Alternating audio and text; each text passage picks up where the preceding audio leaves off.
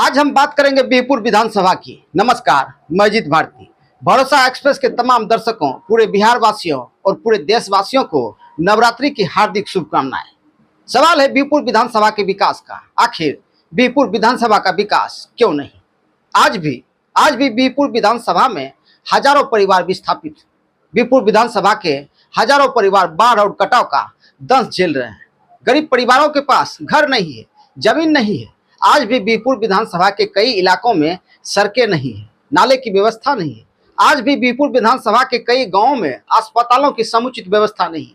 बीरपुर विधानसभा में सड़कें तो बन रही है, लेकिन हकीकत यह है कि 1-2 महीने में सड़कें टूट भी रही। खैर, लोकसभा चुनाव की सरगर्मी समाप्त होने के बाद बिहार में विधानसभा चुनाव की सरगर्मी तेज होने वाली है और कुछ महीनों बाद बिहार में विधानसभा चुनाव का बिगुल बजने वाला है, जिसकी तैयारियां होने लगी है। सीपीआई और कांग्रेसियों का गढ़ रहे बीरपुर विधानसभा की चुनावी हिस्ट्री बड़ी ही मजेदार है। 1957 के पहले चुनाव में सीपीआई ने यहां पर अपना कब्जा जमाया और सीपीआई के प्रभु नारायण राय पहले विधायक बने। इतना ही नहीं, सीपीआई ने यहां से 4 बार अपनी जीत हासिल की और 4 बार यहां पर कब्जा जमाया। 1962 के दूसरे विधानसभा चुनाव में कांग्रेस ने बीरपुर विधानसभा पर अपना कब्जा जमाया और कांग्रेस के सुखदेव चौधरी बीरपुर विधानसभा के दूसरे और कांग्रेस के पहले विधायक बने। इतना ही नहीं, कांग्रेस ने भी बीरपुर विधानसभा से हैट्रिक लगाई। 1980-85 में राजेंद्र प्रसाद शर्मा कांग्रेस के 2 बार विधायक चुने गए। फिर 1990 और 95 के दौरान नारायणपुर के रहने वाले बड़देव मंडल जनता दल और जनता पार्टी से 2 बार विधायक चुने गए। वर्ष 2000 में राजद के शैलेश कुमार उर्फ बुलो मंडल बीरपुर विधानसभा के विधायक बने और राजद ने भी बीरपुर विधानसभा से हैट्रिक लगाई। वर्ष 2015 में बुलो मंडल की पत्नी वर्षा राणा भी बीरपुर विधानसभा से विधायक बनी। वर्तमान विधायक इंजीनियर शैलेंद्र और राजद के बुलो मंडल के बीच 2 बार सीधी टक्कर हुई और महज 1000 वोट से इंजीनियर शैलेंद्र को पराजय मिली थी। वैसे तो बीरपुर विधानसभा में भाजपा की एंट्री 1980 में ही हो चुकी थी, लेकिन 2010 के विधानसभा चुनाव में खड़ी तेलंगी के रहने वाले इंजीनियर कुमार शैलेंद्र ने पहली बार बीजेपी को बीरपुर विधानसभा से जीत का स्वाद चखाया और राजद के बुलो मंडल को महज 1000 मतों से पराजित किया। वैसे पिछले 20 वर्षों से बीरपुर विधानसभा में राजद और बीजेपी के बीच कांटे की टक्कर होती आ रही है। 2020 के विधानसभा चुनाव में इंजीनियर कुमार शैलेंद्र ने दूसरी बार बीरपुर विधानसभा से बीजेपी को जीत का स्वाद चखाया और राजद के बुलो मंडल को 6129 मतों से पराजित किया।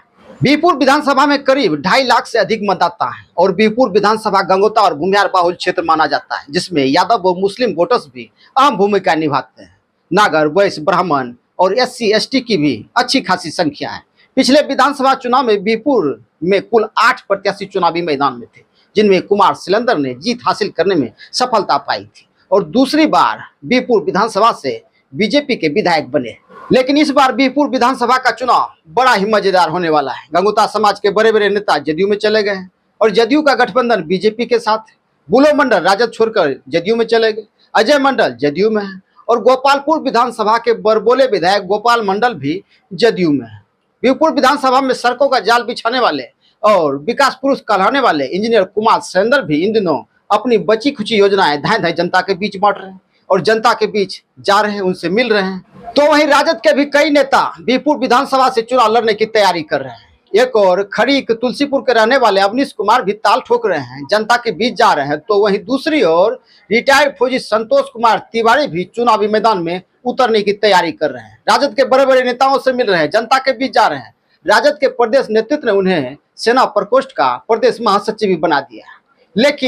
लेकिन दूसरी ओर बिहार में प्रशांत किशोर की पार्टी जनस्वराज की भी धमाकेदार एंट्री हो चुकी है और बीरपुर की जिला पार्षद रेणु चौधरी जनस्वराज पार्टी से बीरपुर विधानसभा में चुनाव लड़ने की तैयारी कर रहे हैं। लेकिन अभी फिक्स नहीं कहा जा सकता कि असली उम्मीदवार कौन होगा।